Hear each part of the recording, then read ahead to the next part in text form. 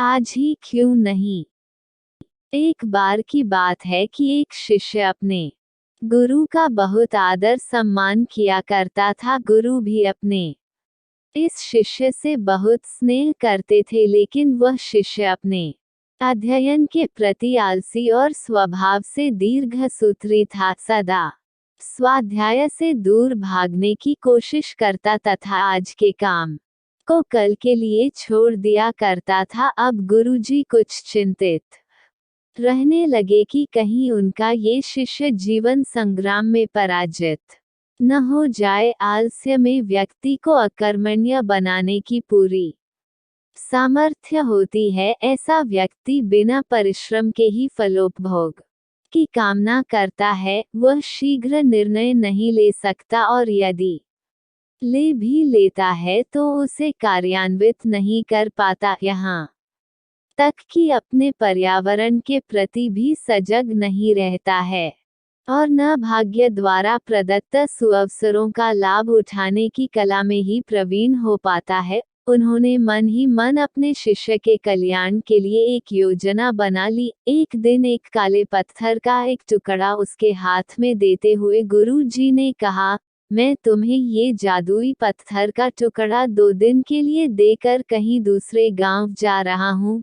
जिस भी लोहे की वस्तु को तुम इससे स्पर्श करोगे वह स्वर्ण में परिवर्तित हो जाएगी, पर याद रहे कि दूसरे दिन सूर्यास्त के पश्चात मैं इसे तुमसे वापस ले लूंगा। शिष्य इस सुअवसर को पाकर बड़ा प्रसन्न हुआ, लेकिन आलसी होने के कारण उसने अपना पहला दिन ये कल्पना करते करते बिता दिया कि जब उसके पास बहुत सारा स्वर्ण होगा तब वह कितना प्रसन्न, सुखी, समृद्ध और संतुष्ट रहेगा। इतने नौकर चाकर होंगे कि उसे पानी पीने के लिए भी नहीं उठना पड़ेगा। फिर दूसरे दिन जब वह प्रातःकाल जागा, उसे अच्छी तरह से स्मरण था कि आज स्वर्ण पाने का दूसरा और अंतिम दिन है। उसने मन में पक्का विचार किया कि आज वह गुरुजी द्वारा दिए गए काले पत्थर का लाभ जरूर उठाएगा। उसने निश्चय किया कि वो बाजार से लोहे के बड़े बड़े सामान खरीद कर लाएगा और उन्हें स्वर्ण में परिवर्तित कर देगा।